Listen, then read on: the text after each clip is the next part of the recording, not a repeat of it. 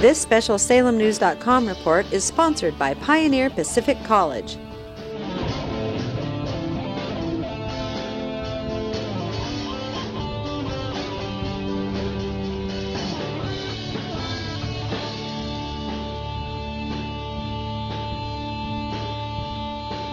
So Sean, the last time that I did interviews, which was several days ago, the transition was still kind of in full swing. Tell me where we stand right now. We've towed out, which means we've taken over the authority of the unit here, and the other unit's all gone home. Nobody's left. But no aircraft flying tonight. Can you tell me? We've been dealing with this sandstorm. Did you guys expect this? No, it was actually supposed to clear up this morning about 8 or 11 o'clock local time, and it's just basically swirled around and kind of like a hurricane if you look on the map. I never thought of dust as weather before, but sure enough. You ever see anything like this before? Not in this amount, no. It's made our job a little bit easier. It actually kind of alleviated some of the workload for us. But they actually flew some of the C-12s this morning before I got off shift. But when I got back on the shift, those birds are still trapped where they landed, first landing this morning. And all the other missions have been canceled so far, so tonight as well. I know you're not out there on the structural aspect of the airplanes, but I doubt that this is good for anything around here. Dust is bad for everything. I realize there's security things, but what do you do in a given evening here on your night shift? We do a lot of flight planning for the crews, kind of moving cargo and packs around the theater. You're here on the night crew. What is your role as a sergeant? Basically, we do the mission planning for our aircrafts and decide where they go. And we do all the planning for that. People submit their requests, and we try and, based on priorities from our hire, plan them out and get them moving. We had to pick up a lot of pieces on our own, and kind of we're learning as we fly here, so it's a pretty uphill battle, but we're getting it. Now, has your background with the Guard been in aviation, or have you moved around a bit? Yeah, with the Guard, with the Army, all aviation. And that kind of background that you bring in, and Mr. Brown and these other guys that are pilots, I mean, that has to give you guys a kind of a notch up over other crews that might be in here. Do you think? It does. We have a lot of different experiences to draw on, especially some of the guys that are familiar with the fixed wing. But all the different experiences, we can draw on that and apply it here definitely. Your thoughts on the Sherpa as far as being aircraft that are being used in the theater?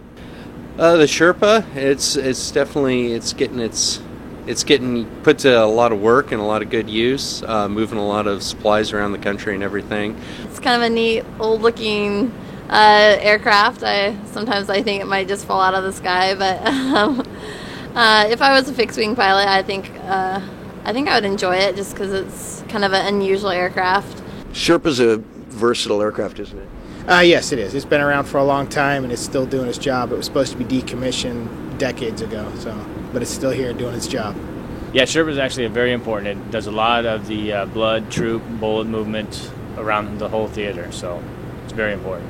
I haven't had a chance yet to fly in one. Hopefully one of these days I will. If I remember right, I mean, is a Sherpa something that doesn't require as much of a runway? It doesn't require as much of a runway. It actually doesn't... Actually, part of the body doesn't need all of the body there to actually fly. That's what I was actually told the other day. They could lose part of their wings and still fly. The Sherpa, it's definitely doing more than its share of the work as far as hauling equipment and people. And you guys, you don't put these up during the day, obviously. Security reasons on that, or? I think what they used to fly day missions, and it's just kind of all rolled over tonight. The Army and the military as a whole, I think, we own the night kind of thing, and that's just when we operate. And that probably does impact the security issues with survivability of the aircraft and everything. Gives us an advantage. Plus, just for the environmental reasons as well, I'm sure, probably for temperatures and things like that on the equipment. And you guys are also, you do the manifesting for the Whitebirds as well? Yes, that's correct. And those are pretty sporty, aren't they, as far as the aircraft go? Yeah, it's a lot more comfortable than the Sherpa.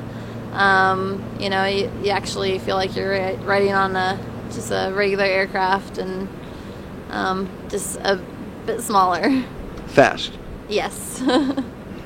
How are the just the basic relations going with everybody getting along and all that good stuff? No drama at all. Everything's running really smooth. They're doing pretty good. At first they were kind of missing home, but they're starting to get into their groove, and they're starting to, get into the work, and they're starting to enjoy themselves. Right now we're just getting to the point where everybody's really starting to get in the groove, learning their jobs, figuring out what the real missions are that we do, who we support, how we support them, and things like that.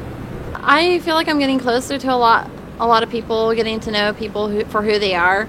I'm trying to be as positive as I can and make people smile and crack jokes whenever I can. Sometimes it's at the wrong time, but that's my way of dealing with it, and it's my way of just bringing positive energy to something that is a little bit harder to deal with in life, being deployed and being away from your family. Some of the soldiers are kind of having a hard time trying to really figure things out, deal with the personality conflicts of other soldiers. Sometimes it's been like the first time that they've really been away from home and friends and family for a while, and trying to get into that groove is somewhat difficult for them.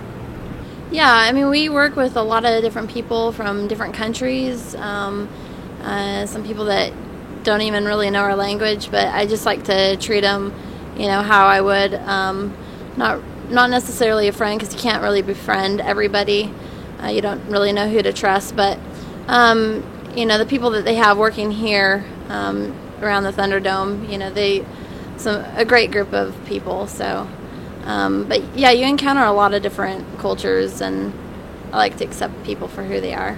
What are some of the, you guys have your mind and eyes on a lot of things, I'm sure. What are some of the things that, like in your specific role, that will transpire in an evening?